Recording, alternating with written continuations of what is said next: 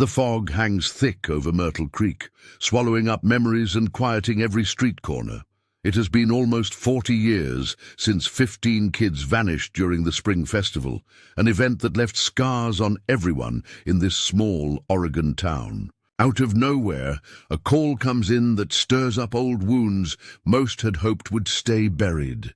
Deep in the woods close to Pine Hollow, someone has unearthed an old yellow school bus, the same one that was lost all those years back. For many, the shock of hearing about the bus brought back whispers and gasps, but for Alice Jenkins, it felt deeply personal. She is the county sheriff now, but once she was just a teenager left reeling by the news of missing friends on that unforgettable day. As she grabs her jacket and heads outside, the air feels colder, heavier, each step down the station steps echoing with memories.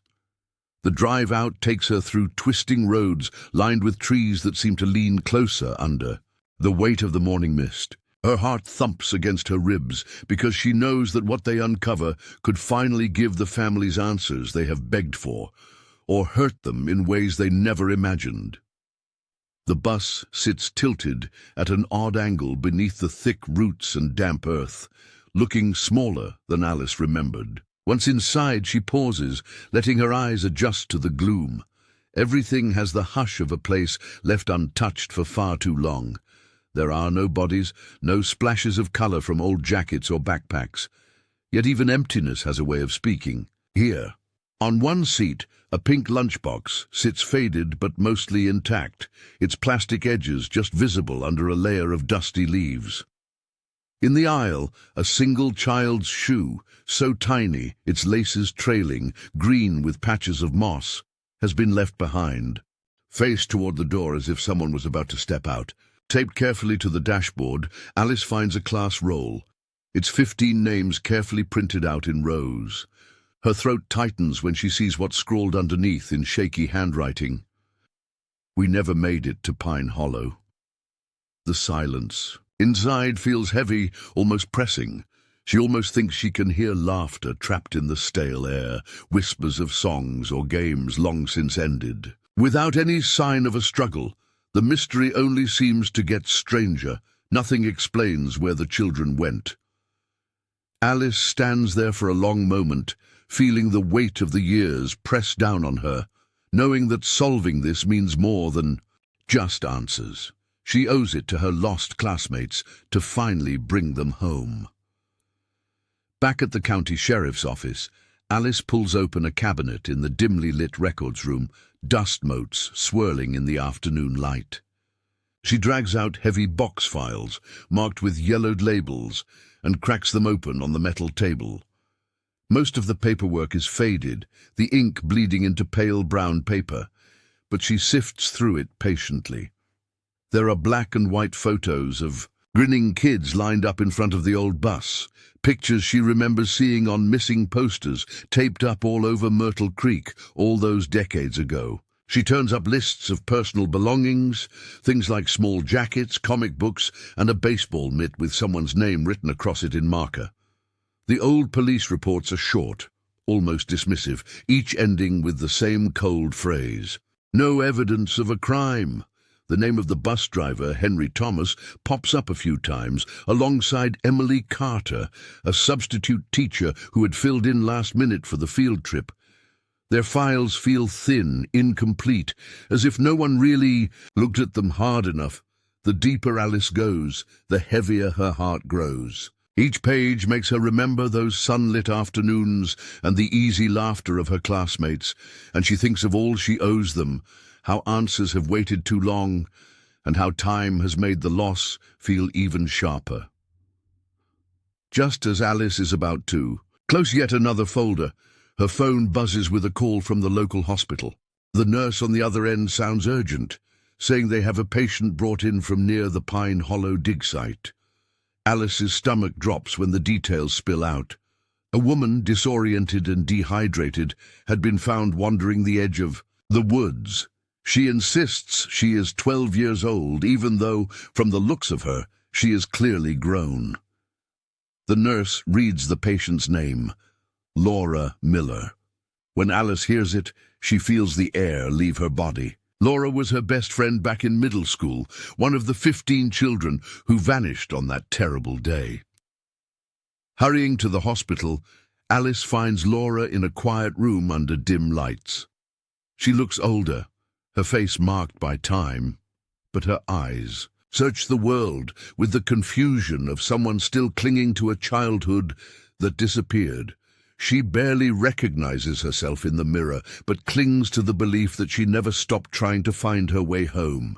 As Alice sits beside her, Laura's voice trembles as she explains that she kept searching, even when everyone insisted the world had forgotten about them. The moment is a flood of disbelief and emotion. Two old friends finally together in a world that moved on without answers. Laura's hands tremble as she tries to piece together everything for Alice, her voice rising and falling as memories tumble out in no clear order. She remembers a bus ride that felt different, the quiet tension with Henry Thomas behind the wheel, and then spotting a tall man waiting along the side of the road, his face blurred in her mind. What fixed itself in her memory most was the odd warning, "The lake is not ready for you." The meaning is still lost on her, but she remembers the chill that ran through the kids when they heard those words. She goes on, talking about being taken somewhere underground or maybe inside a boarded-up old house. Laura recalls blocked windows and clocks that seemed to run backward or stop altogether. They were told to forget their names, to answer only to nicknames the adults made up. She remembers the shadowy shapes of those watching them, never called by real names, only by code words or strange titles. Living day after day in that place left scars on everyone. In the darkness, the kids tried to hold on, clinging to scraps of who they used to be, quietly murmuring their real names to themselves at night. Through all the confusion and dread, Laura explains, she never let go of hope. The idea that someone on the outside still remembered her was what got her through. With Laura's scattered memories guiding her, Alice spends the next few days searching. Through records and maps, zeroing in on abandoned properties around Myrtle Creek. The name that keeps circling back in her research is Tom Harper, a man mentioned in some of the old files, but mostly overlooked after the case first faded away. Alice learns from local tax records that Harper once owned several barns and sheds out past the edge of town, places that have been empty for years. One grey morning, Alice drives out to one of the oldest barns, its red paint now faded and peeling. She picks her way through tall grass, a flashlight gripped tight in her hand. Inside, dust swirls, motes catching in the beam as she searches every corner.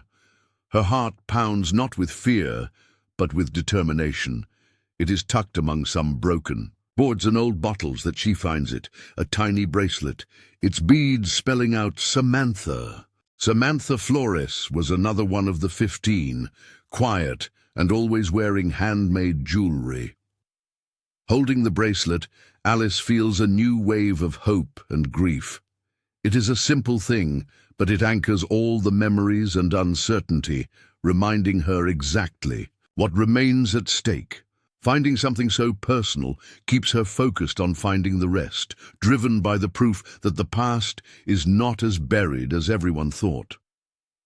Back at the old bus, a small team of forensic investigators sweeps the interior, brushing through layers of dust and leaves. In the same row where Alice found the mossy shoe, someone turns up a photograph stuck between the cushions, its edges still crisp and the colors much too bright to have been left there for decades. This picture is nothing like the cheerful school photos Alice had seen before. The children stand in a line outside a weathered wooden building, their faces pale and distant, lacking the usual light of kids their age.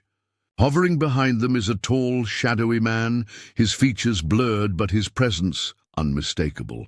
On the back, someone has written in neat block letters, "The Chosen Ones, Year 2. Alice's hands shake as she studies the photo. If this is real, it means the children were moved, kept together, but changed somehow, and watched over by a man no one ever named before. The team cross-checks faces in the image, confirming that some belong to the missing 15. One investigator points out the man's outline, matching him closely with a recent lead known only as Robert Clay. The discovery hits hard. There was more than one person involved, and the captivity stretched on, stealing not just days, but years from these kids. The photo becomes a painful clue, proof that the past still holds secrets demanding to be uncovered. When Alice shows Laura the strange new photograph, Laura's eyes fill with a haunted recognition. She taps the wooden building. In the background, her finger trembling as she remembers the texture of the planks and the view from its one cracked window. She says quietly that this was the place they spent most of their time after being taken. The days and nights seemed to blend together there. Laura recalls the distant rush of river water and the lonely echoes of train whistles every evening. As darkness fell, these details burrow deep in Alice's mind, giving her exactly what she needs to chase the next clue. Alice pulls road maps from the sheriff's archives and sits late at night cross-referencing old county records. There is only one spot that fits the details, an abandoned kids' camp called Riverside Pines, tucked far back from the main highway, shielded by thick trees. Oddly, all official paperwork about the camp had been deleted from the county's public databases, as if nobody wanted it to exist. The more Alice uncovers, the clearer the connection grows between this camp and the years the missing children lost. With this discovery, hope and dread crash together for Alice and Laura. The idea that someone might still be waiting out there, or needing help, pulls them forward, determined to dig for truth and find whoever remains alive. As Alice and a few deputies push through the tangled woods up to Riverside Pines, the old camp snaps into view just as the sun begins to dip. The place feels heavy and silent, but that silence does not last. Near the muddy path, Alice spots small footprints that look fresh, pressed deep into the ground by someone light. Her heart pounds as she follows the trail, every snap of a twig, pulling her forward, tension building with each step. She draws closer to the faded main lodge, and that is when she hears it, low whispers, too soft to catch the words, floating out from a broken window. Inside, the old wood creaks beneath her boots. The smell is thick and sour, heavy with mold. Names have been scratched into the walls, then crossed out and written over, some so deep that the grooves splinter the paint. Strange little drawings, birds, stars, and locked doors turn up everywhere, reminders of the kids' efforts to hang on and be seen. Alice finds a staircase and heads up, her breath barely making a sound. At the top, in a small room with light streaming through cracked boards, a thin boy stands in the corner. He flinches at first, but does not run when Alice speaks softly. He says he only knows his nickname, Sparrow. The old name, the real one, is lost somewhere inside him, but his presence means hope. He's shaken but alive, proof that not all the missing have been swallowed by their past. Alice knows she has to move slowly with Sparrow. She sits on the floor across from him, speaking gently and sharing her name. She leaves space between them, offering a granola bar and just talking about small things, mundane stuff like the weather or pets, things that have nothing to do with the camp. Little by little, she sees some tension ease from his shoulders, and he starts asking, in halting, words about outside. Meanwhile, back at the bus, the forensics team uncovers yet another recent photograph hidden beneath a loose seat panel. 4 kids are gathered around a smoky campfire, all with guarded faces. One stands apart from the others, a little older, finally recognized as Tyler Norris. On the back, a faded note says, "Tyler stayed." This clue pushes Alice to dig through local records and interview folks who might have known any Tyler Norris. Eventually, she hears about a reclusive man living in a trailer near the edge of the highway. She finds Tyler there, weathered and wary, years older but with the same haunted look. At first, he does not want to talk, but as Alice gently presses, Tyler admits he had stayed behind all those years, caught between protecting the younger kids and following brutal orders from the adults. He confesses, with shame and obvious pain, that he helped enforce the silence. Out of fear for his own life, his memories spill out like a storm, giving Alice stark details of how quickly the group was divided, how even children were forced to make choices that left scars too deep to fade. Tyler's story spills out in bits and pieces, sometimes in whispers and sometimes so urgent he barely stops for breath. He talks about the night the group split, the air thick with smoke and fear. Some of the older kids started a fire in the kitchen to grab the adults' attention, while a handful tried to break down one of the back doors. The chaos was everywhere. Kids shouting, smoke rolling in, and flashlights cutting through the dark. In the middle of it all, some children got dragged out by the adults, screaming names that even Tyler cannot remember now. The younger ones were rounded up and forced onto a white van. Tyler remembers someone coldly saying they were heading to a place called Sycamore Field, where no one would know who they had been. He chokes up as he describes the worst part. The underground reflection rooms built below the new location, where any kid who broke a rule or even whispered about escape got locked away for days. These were just bare concrete cells, wet and cold, meant to break their will and erase what made them themselves. Alice listens, feeling a heaviness pressed down on her chest, a sense of regret, wishing she could have changed things for these kids. Every detail Tyler shares piles on more weight, every missed chance echoing in her mind, as she wonders how many other stories like his remain lost, waiting to be heard. At Sycamore Field, Alice moves carefully through the old buildings, each room echoing softly in the stillness. Her flashlight beams across empty cots and peeling paint, settling finally on a row of battered metal lockers near the back wall. Most are stuck shut or empty, but the last one swings open with a groan. Inside, she finds a handful of forgotten treasures, a red plastic Walkman with one battery still wedged inside, a simple woven bracelet made of faded thread, and a child's drawing folded to fit in a jacket pocket. The drawing catches Alice's eye first. It shows a rough group of stick figures, tiny hands linked, standing shoulder to shoulder in front of a high fence. At the top, in blocky letters, someone has written, "We are still here." She recognizes Laura's blocky handwriting instantly, and her heart aches with hope and sadness. Alice gingerly unfolds the paper, realizing this is more than just a picture. Here, tucked away in a locker likely never meant to last this long, is proof that some kids pushed back with every bit of will they had. They left behind a message, fighting to keep their memories alive when everyone around them tried to make them disappear. These small things, music, a bracelet shared, a drawing left in secret, are brave reminders that the kids did not let go of their identities, no matter what they endured. Guided by the diary entries left behind by Emily Carter, Alice searches the overgrown fields at the edge of Sycamore Field, scanning bark for any sign of what the kids might have left behind. After a while, she spots it, a jagged lightning bolt carved into the trunk of an old oak, almost hidden by layers of moss. At the base, under a mess of tangled roots, Alice finds the hatch described in the diary, buried under rocks and packed soil. With a bit of effort, she manages to pry it open, revealing a narrow tunnel dropping steeply underground. Armed with her flashlight and heart hammering in her chest, Alice crawls down into a web of cold, winding corridors. The walls are chalky and close, the air thick and stale, carrying the quiet echoes of lives long hidden. She moves carefully until she reaches a heavy door sealed with a rusted padlock.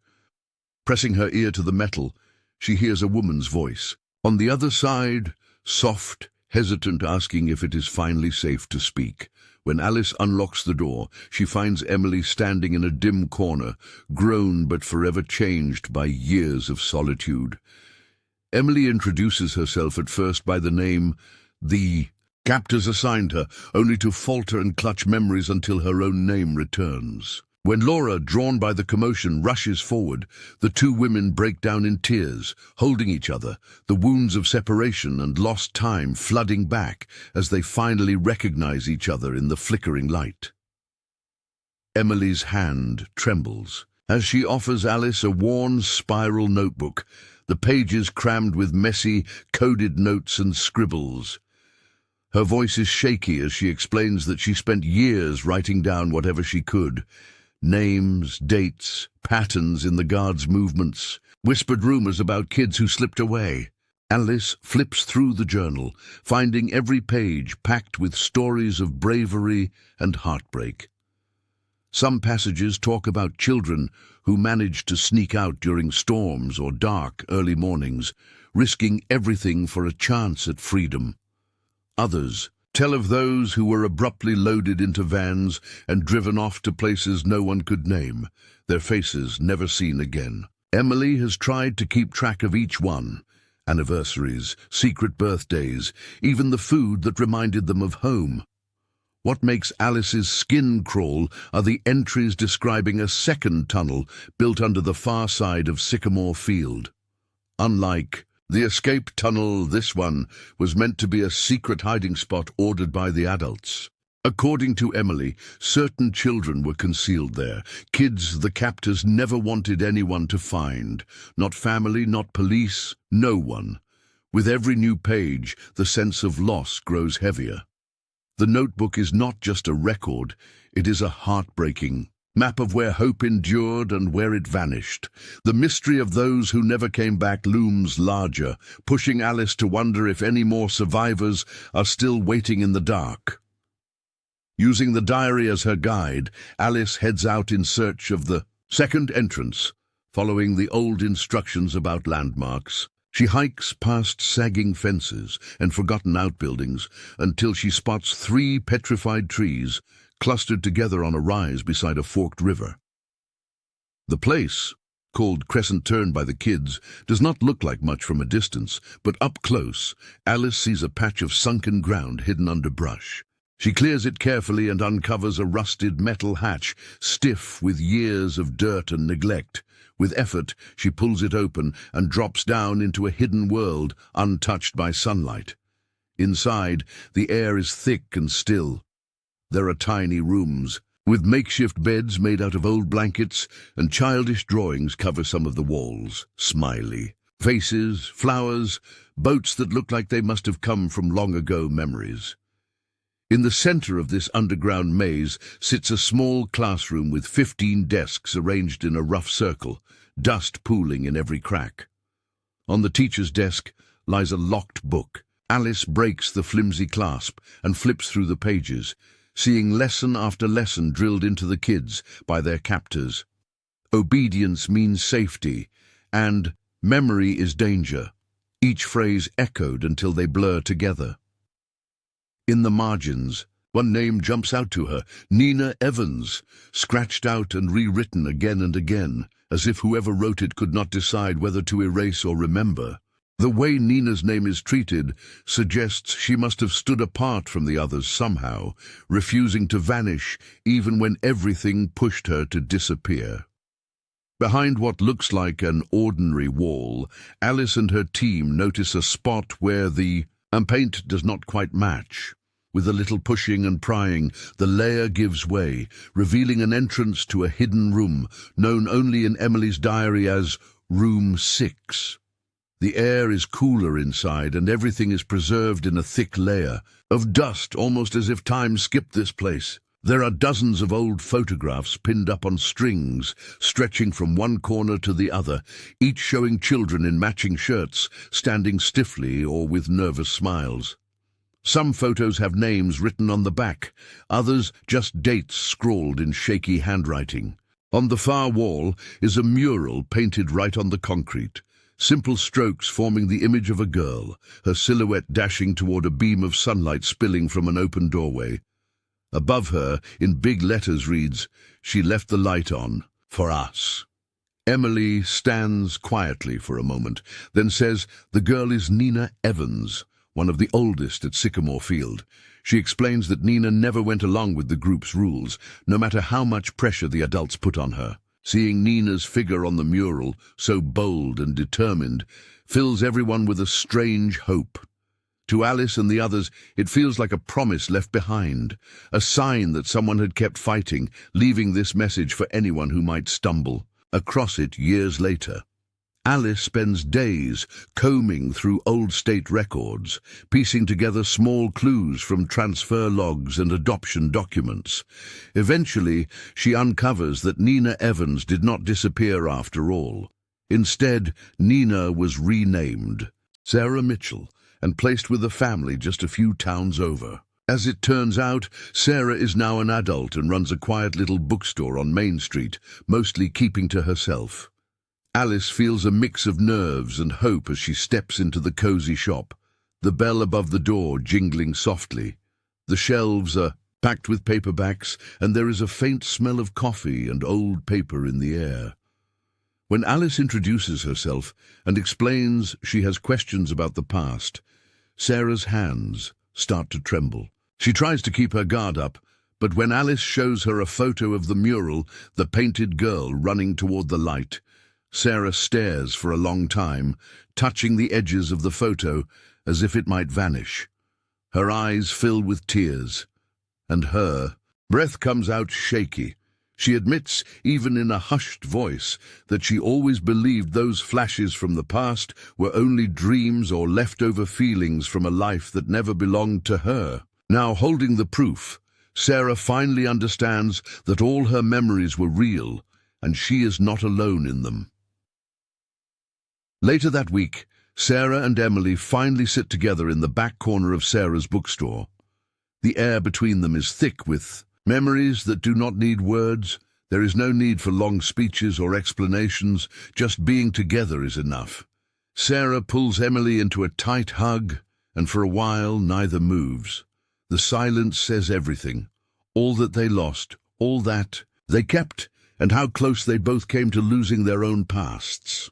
They know now they are not just survivors. They are living proof of what really happened, witnesses to a story that nearly disappeared without a trace. Meanwhile, Tom, who once struggled with guilt over his decisions during that dark time, pays a visit to the hospital. He expects anger or blame, but instead finds acceptance. Emily and Sarah make it clear that everyone did what they could, shaped by the fear that hung over them every day. They talk quietly, some voices catching, but there is no judgment, only a shared understanding. The group realizes that even in the toughest moments, fear forced choices, but it also gave some room to hold on to hope and remember. That memory now feels stronger than ever, an unbroken thread pulling them all forward. After their reunion, Alice gets to work, pulling together everything she has found. Handwritten diaries, old photographs, tape recordings, and small objects that survived those years.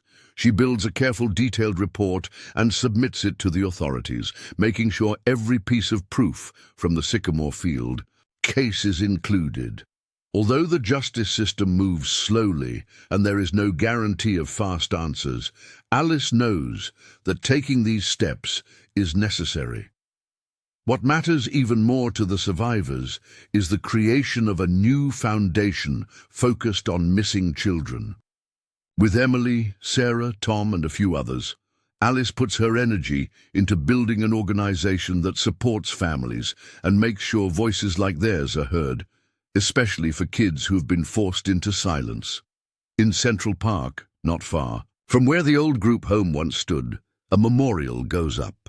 The dark stone is smooth, with all the names of those lost and those who made it out alive carved into it. On the day it is unveiled, Alice brings a photo of the mural, Sarah's painted figure running toward the light, and slips it under the plaque at the entrance. She promises out loud that as long as there are people to remember, each of the names here will matter. No one will be forgotten again. As the months pass, Things around Central Park and the neighborhood start to fall back into a familiar rhythm, though life does not feel exactly the same. Some scars fade slowly, barely visible, while others still feel fresh whenever old memories surface. After a while, Rachel decides to move to Seattle, looking for some distance and a chance to start over. She picks up painting again, pouring her feelings into every canvas, using art to work through the pain and shape it into something brighter. Emily, on the other hand, chooses to stay near the lake that meant so much to her growing up. She finds herself returning often, resting on the memorial bench and softly reciting the names of the friends she lost, making sure their stories are not swallowed by time. Sarah transforms her little bookstore into a safe haven for teenagers and anyone looking for comfort. Kids come in for a book and end up finding company, sometimes sharing a bit of their own burdens. Tom, always searching for ways to help, sets off on a journey to reach out to others who lived through similar things. One day he sends a short letter hinting at a new case that needs attention. Alice, with her notebook always close, stands by the lake at dusk, watching the stars come out. She understands now that her job is not finished. There are still names left unspoken, more stories waiting for someone to remember.